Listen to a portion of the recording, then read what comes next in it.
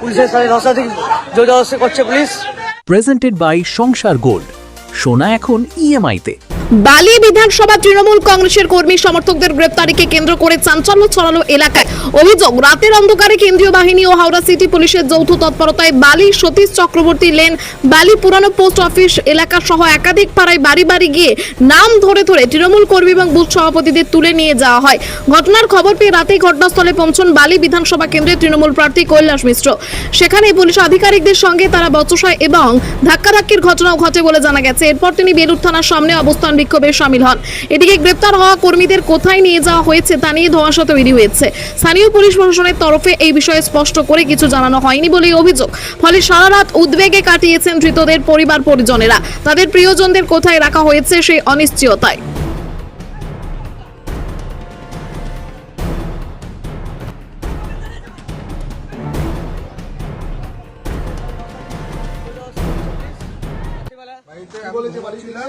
দরজা ঠক করলো, তারপর ধরলো, তুলে নিয়ে চলে আসলো। কি বললো? আমাকে গিয়ে বললো যে চলো যেতে হবে। বললি নাকি কি ভুল করলাম দাদা? আমি বলেছি তারপর বুঝবি। কে বলেছে এটা? স্যাররা বলছে। বাহ, পাপ পাপ পাপ গুনে রাখো, সব সব গুনে রাখো। আসলো, তুলে নিল। বারে ভাই, আরে বাংলার মানুষ হলে ভুল হয়ে গেল না? রাজস্থান গুজরাটি হলে ভালো হতো। বাংলার মানুষ হলে ভুল করে গেল। রাত্রির একটার সময় হঠাৎ করে এসে দেখি খুব জোরে জোরে দরজা ঠুকছে। তো আমি গিয়ে দরজাটা খুলি, অনেকক্ষণ ধরে দরজা ঠোকার পর আমি যখন দরজাটা খুলি তখন আমাকে জিজ্ঞাসা করলো আপনার হাজব্যান্ড কোথায়, সোনু কোথায়। তো আমি বললাম যে আপনারা কি মানে কি জন্য এসছেন। তখন আমাকে বললো যে ওনাকে ডাকুন, ওনার সঙ্গে দরকার আছে। মানে কি দরকার বলুন। বলছে না ওনাকে ডাকুন, দরকার আছে। যখন আমি ডাকলাম কিছু না বলে বললো বাইরে আসুন, বাইরে আসুন। তো হঠাৎ করে ওকে টেনে বাইরে বার করলো, তখন গেটটা খুললাম, টেনে বাইরে বার করে বলছে জামা টান কিছু নেই, বলছে চলুন। ওনাকে পুলিশ ড্রেস পরেছিল না? পুলিশের ড্রেস পরেছিল, র্যাপ ছিল।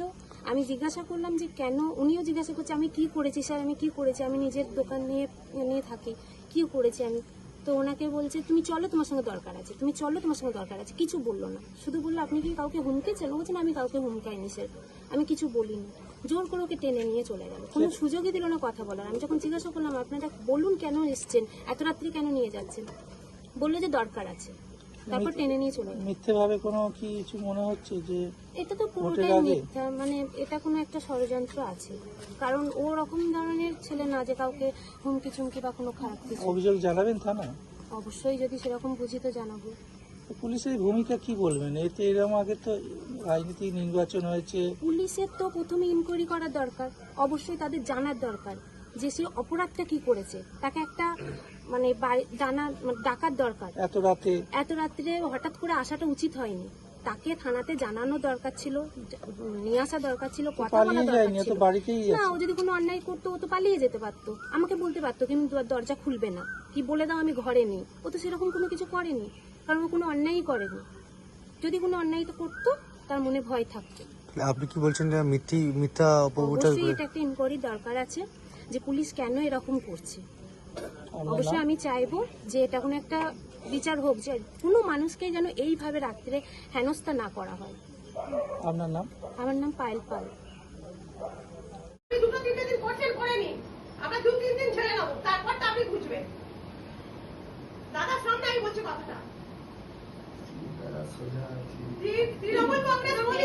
আমি বলছি ও আমার কর্মীর ওয়াইফ।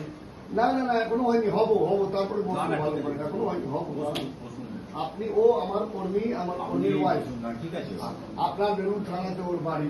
ও একটা সমস্যা এসছে, আপনি বলছেন আপনি রিসিভ করবেন না। আমি বলছি আপনি রিসিভ করবেন না, আমি ইনকোয়ারি করে দেখবো। এটা তো রিসিভ করে দেবেন, তারপর তো ইনকোয়ারি করবেন।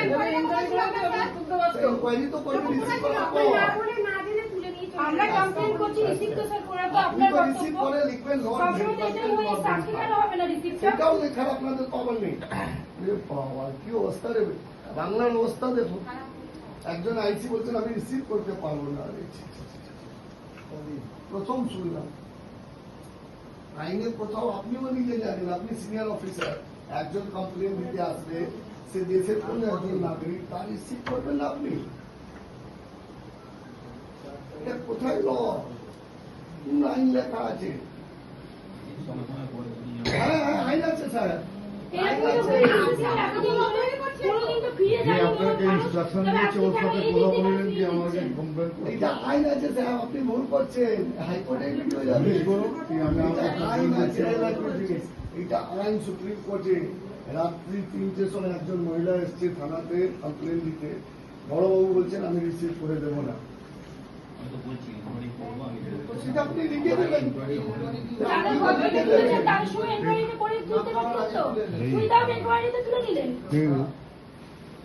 তখন তো লিখে দেবেন, নট ভেরিফাইড। তখন ইনকোয়ারি করার প্রয়োজন মনে করলেন না। সেটা আপনি দিতে পারছেন না। এখন একটা লেটার অ্যাকসেপ্ট করতে ওনাকে ইনকোয়ারি করতে হবে।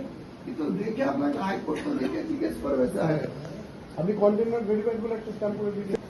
নট ভেরিফাইড লিখলেও আপনার বিপদ আছে, সাসপেন্ড করে দেবে ইসিআই। সে ভয় আছে নাকি স্যার আপনার? তো তখন এটা তো আইন সাহেব। আপনাকে একটা মহিলা এসে কমপ্লেন দেবে, সে আপনার থানার মধ্যে থাকে, সে কমপ্লেন আপনি রিসিভ করবেন না, করবেন না? সব কোম্পানি আমাকে রিসিভ করতে হবে। হ্যাঁ এটাই তো আইন, না না, এটা আইন নেই, সবসময় রিসিভে হয় না। এটা এই আইন ফার্স্ট নেই। টাইম শুনলাম রিসিভ হয় না। এই ফার্স্ট টাইম শুনলাম যে রিসিভ হয় না স্যার। আমরা কোনোদিন এরকম শুনিনি স্যার, কমপ্লেন রিসিভ হয় না। মানে আইনে কি আছে আপনি কি করে এস্টাবলিশ করে দিচ্ছেন আমি কমপ্লেনটা হবে? তাই ইনভেস্টিগেশন করুন, ইনভেস্টিগেশন করতে গেলে আমাকে তো রিসিপ্ট দিতে হবে, আমি আপনাকে ডকুমেন্টস সাবমিট করে গেলাম। ইনকোয়ারি করবো। তো ইনকোয়ারি করবেন তো আমাকে একটা ডকুমেন্টস দিন আমাকে, যে আপনি ইনকোয়ারি করুন। আপনি যদি inquiry fake হয়, করুন, আমরা সবাই রয়েছি। যদি আমাদের আপনি অভিযোগ inquiry মিথ্যে করুন। হয় তাহলে আপনি এটাকে ডিনাই করবেন, আপনি যা অ্যাকশন নেবেন নেবেন। FIR হবে না। এফআইআর হবে না, কিন্তু আমি যে আপনাকে জমা দিলাম, আপনি কন্টেন্ট নট ভেরিফাই বলে একটা স্ট্যাম্প করে দিন আমাকে।